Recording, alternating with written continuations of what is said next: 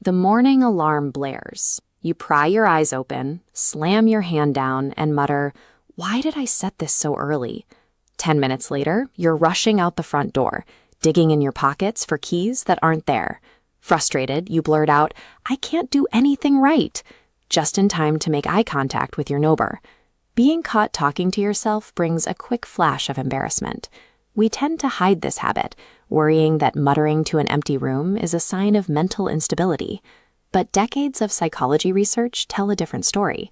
Talking to yourself is completely normal, healthy, and something almost all of us do every single day.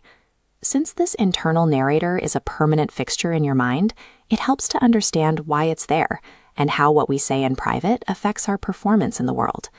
This diagram shows what psychologists actually mean by self-talk. On the left, we have a silent mental image, like recalling a memory of your living room. But on the right, self-talk is different. It's active, verbalized thoughts directed at yourself or your life. For adults, this includes those quiet reflections we keep inside our heads, like deciding the gym is too crowded, as well as those moments when the words accidentally slip out loud. We didn't always start out so quiet, though.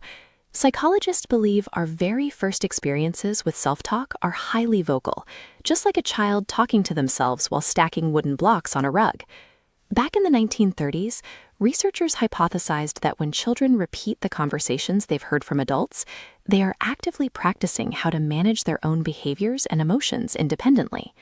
As we grow up, that outward chatter doesn't disappear.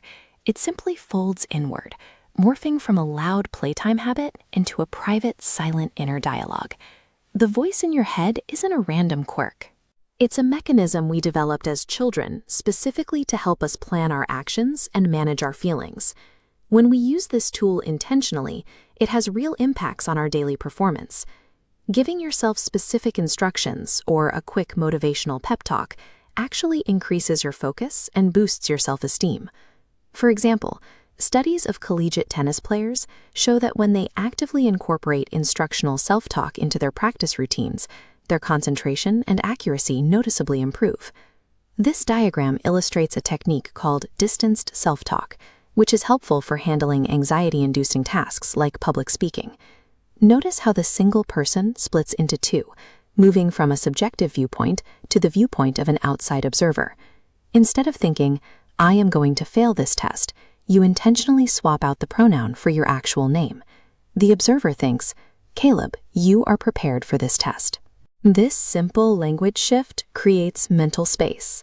By addressing yourself as another person, you activate the same rational, calming pathways in your brain that you use when comforting a stressed friend. In this way, you effectively become your own coach.